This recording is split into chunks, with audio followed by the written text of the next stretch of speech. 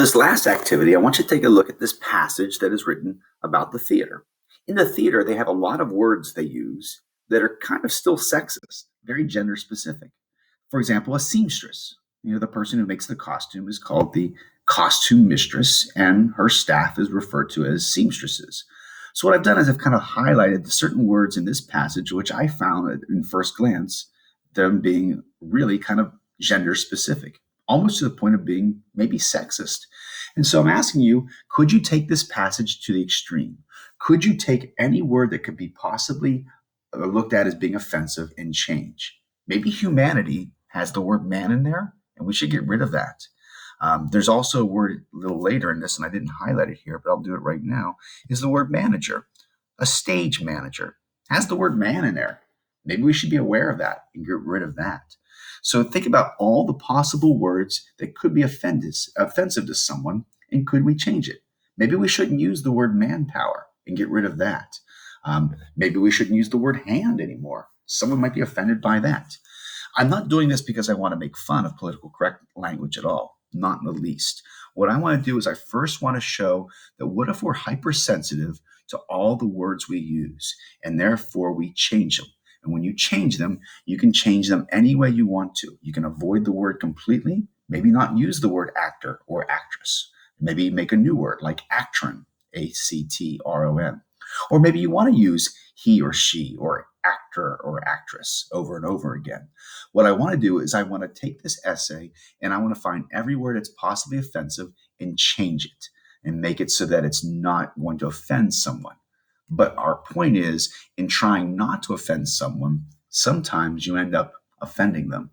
Because sometimes when you make something too politically correct, instead of actually making it more subtle, you've made it actually more aggressive and annoying because you've actually danced around it so much that you've drawn attention to it.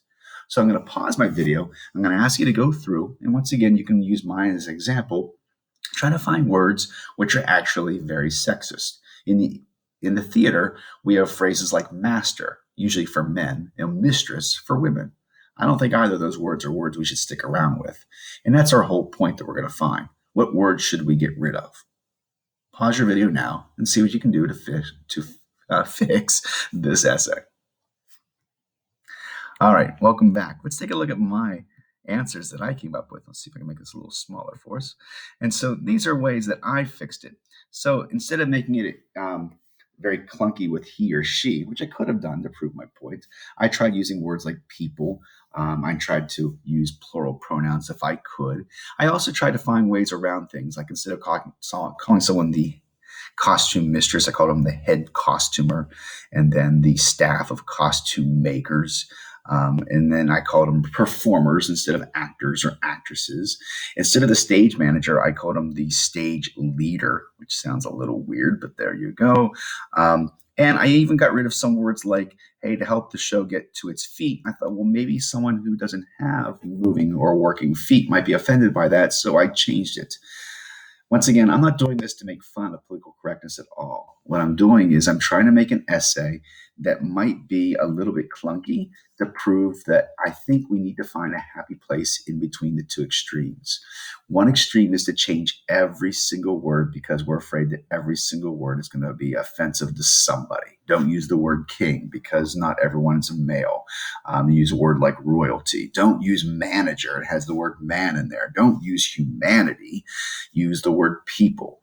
And therefore, we can certainly be very sensitive to that and dance around certain words. But I think we can go to the point where we actually lose sight of what our actual writing is because we're so worried about what words we're going to use. That's one extreme. But on the other extreme are the people who kind of dig their heels in and say, I refuse to change my pronouns. I refuse to change anything. And I don't think either of those are healthy. I don't think we should be so obstinate that we're not going to be aware of the words we use. But I also don't think we should be so hypersensitive to the words we use that we sacrifice our writings. And therefore, we actually annoy people by our political correctness. I think we should be somewhere in between. I think we should use words that still convey what we mean. But at the same time, we should be aware that some of the words we use might offend our audience. And so finding that happy place in between, I think, is going to make you successful, not just to be in high school, but in college, which is a much bigger world. and ultimately in your careers. So, once again, I don't want to offend my audience at all, and I don't want to offend any of my students either. But I want you to be aware that we want to make sure that we aren't being obstinate, but we're open to change. But we also aren't going to be to the extreme where we make it so clunky that we lose its effect. Okay. Thank you.